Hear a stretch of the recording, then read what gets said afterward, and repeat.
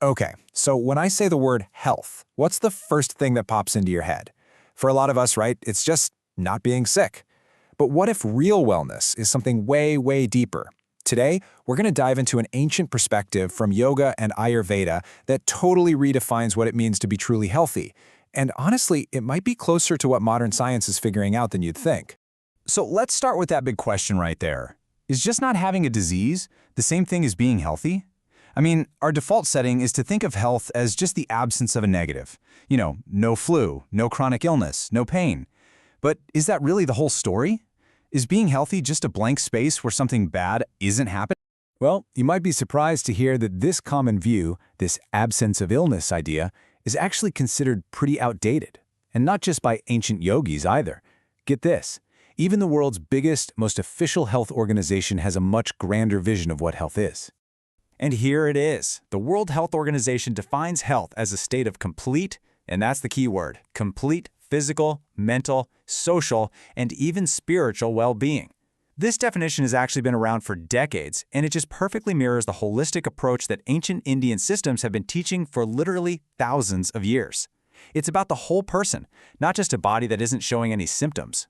So that's the perfect jumping-off point to explore that ancient Indian system. For centuries, traditions like Ayurveda and naturopathy have given us this incredibly sophisticated way of looking at the body, not like a machine with a bunch of separate parts, but as this deeply interconnected, living, breathing ecosystem. Now, within this system, you have these two amazing paths to wellness, and they're kind of like two sides of the same coin. Ayurveda tends to look inward. It's all about balancing three core energies inside of you, the famous doshas, to get to the absolute root cause of a problem. Naturopathy, on the other hand, it kind of looks outward.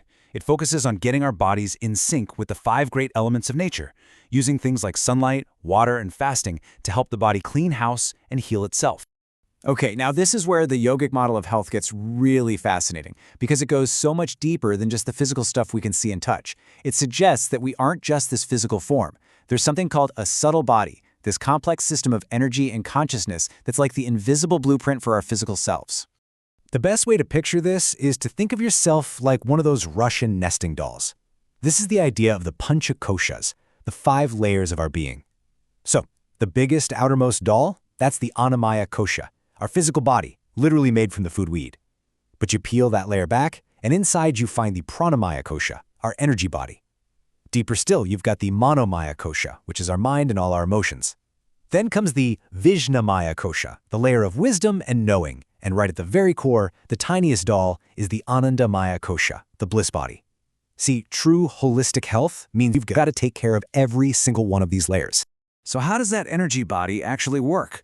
Well, it's run by the Pancha Pranas, or the 5 vital life forces. Think of them like specialized managers running different departments in your body's energy grid. You've got prana up in the chest, managing every single breath you take. Then there's samana down at your navel, which is basically the fire that powers your digestion. And all together, these 5 forces, prana, apana, samana, udana, and vyana, they manage the whole show, from your circulation to the words you speak. When they're all in balance, the whole system just clicks. And all of this whole intricate energy system, it leads us to what is maybe the most powerful concept in yogic health, the undeniable, absolutely unbreakable link between your mind and your body. From this point of view, you just can't separate your mental state from your physical health. They aren't two different things, they are two sides of the very same coin. For ages, yogic texts have taught that illness almost always starts in the mind. They draw this really important line between adi, which is mental stuff like stress, anxiety, depression, and vyadi, which is the actual physical disease. The big idea here is that the physical sickness, the vyadi, is usually just the last domino to fall. It's the outward sign of some deeper mental or emotional issue, the adi, that hasn't been dealt with. The problem starts in our thoughts and eventually shows up in our bodies.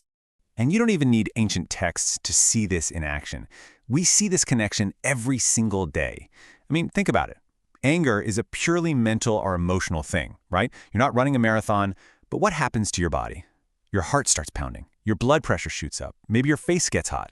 That right there is a perfect real-time example of a thought directly and instantly changing your body's biology. Okay, so if health is this big, complex dance between our mind, our energy, and our body, how do we actually do it? How do we live a healthy life? Well, that brings us to the really practical, actionable advice that yogic wisdom gives us for living a balanced, truly well life. This wisdom is basically built on 4 pillars. First, you have ahara. That's your diet, the fuel you're putting into your body. Then vihara. That's your lifestyle and your daily routines. Achara covers your actions and your conduct. And finally, vichara, which is all about your thought patterns. And what's so amazing about this is that only one of those is about food. The other 3 are all about how you live, how you act, and crucially, how you think. Let's just zoom in on vichara, proper thought, for a second, because it gives us this brilliant toolkit for mental balance. It says we should practice 4 specific attitudes. So, when you're around people who are happy and successful, practice maitri, or friendliness. It just dissolves jealousy. Towards those who are suffering, practice karuna, or compassion. For people who are virtuous, practice mudita, which is like finding joy in their goodness. It turns envy into admiration. And for those who are causing harm, practice upeksha, a calm indifference. It's not about approving of what they do. It's about fiercely protecting your own inner peace from their negativity. So, when you put it all together, the big takeaway from all this ancient wisdom is that health isn't just this passive state of not being sick.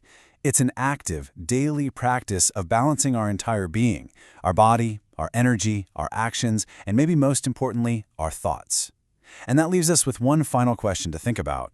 Knowing that your health is this whole ecosystem, what part of it will you choose to bring into balance today?